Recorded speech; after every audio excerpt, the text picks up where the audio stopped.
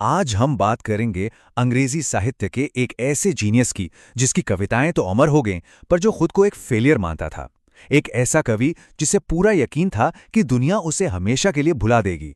हम बात कर रहे हैं जॉन कीट्स की। जरा सोचिए, कोई इतना बड़ा कवि अपनी कब्र पर ये लिखवाना चाहे। ये सिर्फ कुछ उदास शब्द नहीं है, बल्कि ये एक बहुत गहरी पहेली है।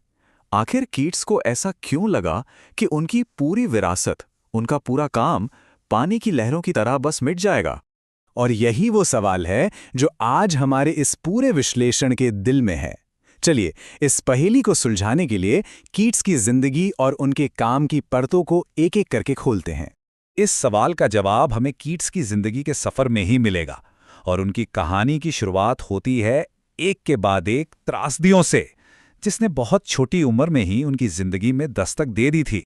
सोचिए, जब कीट्स सिर्फ 8 साल के थे तो उनके पिता की मौत हो गई। कुछ ही साल बाद 14 की उम्र में उन्होंने अपनी मां को भी खो दिया। इन मुश्किल हालातों के बीच उन्होंने डॉक्टर बनने का एक सेफ रास्ता चुना, पर उनका दिल वो कहीं और ही लगा हुआ था। और बहुत जल्द उन्होंने एक ऐसा फैसला लिया जिसने सब कुछ बदल कर रख दिया। यहीं पर कीट्स की कहानी में एक बहुत ही हैरान करने वाला मोड़ आता है।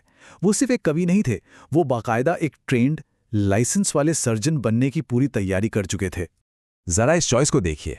एक तरफ था एक स्थिर सुरक्षित करियर, डॉक्टरी का पेशा, और दूसरी तरफ थी कविता की अनिश्चित दुनिया, जहां गरीबी और स्ट्रगल के सिवा कुछ भी पक्का नहीं था।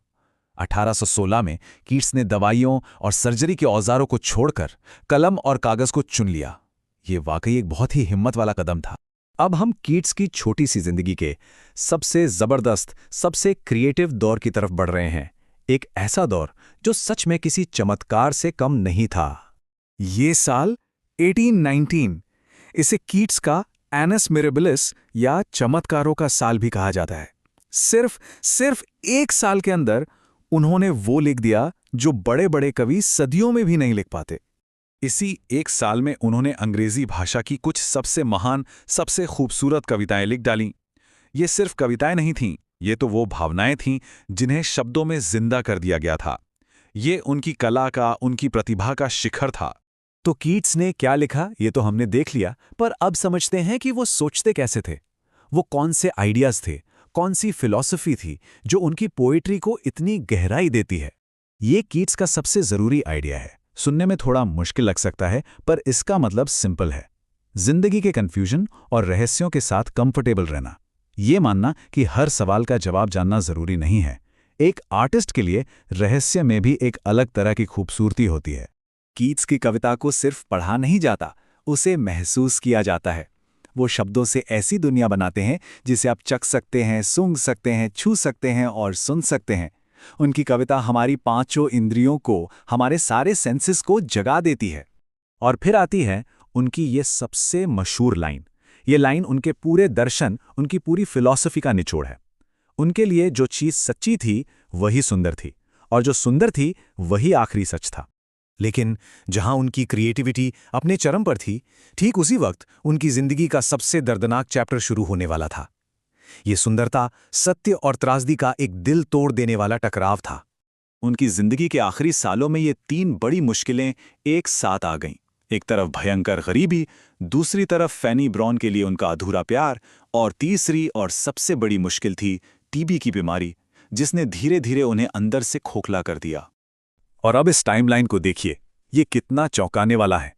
1819 में वो इतिहास बना रहे थे, अपनी सबसे बेहतरीन कविताएं लिख रहे थे, और महज 2 साल बाद, सिर्फ 25 साल की उम्र में वो इस दुनिया को छोड़कर चले गए। उनकी सबसे बड़ी कामयाबी और उनकी मौत एक दूसरे के कितने कितने ज्यादा करीब थे। अब हम वापस उसी लाइन पर आते हैं जहां से हमने ये सफर शुरू किया था। अब हम समझ सकते हैं कि कीट्स ने ऐसा क्यों महसूस किया। बीमारी, गरीबी और टूटे दिल से घिरे हुए उन्हें सच में लगा कि वो और उनकी कविताएं वक्त के साथ भुला दी जाएंगी। तो इस पहेली का हल क्या है? हल ये है कि कीट्स को डर था कि उनका नाम पानी पर लिखा है जो पल भर में मिट जाएगा। लेकिन असलियत तो ये है कि उनके शब्द साहित्य के इतिहास में पत्थर की लकीर बन गए। उनकी विरासत मिटने वाली नहीं, बल्कि हमेशा हमेशा के लिए अमर है। और यहां हम एक बड़े सवाल के साथ इस चर्चा को खत्म करते हैं। कीट्स की कहानी हमें क्रिएटिविटी और मुश्किलों के बीच एक बहुत गहरे रिश्ते के बारे में सोचने पर मजबूर करती है।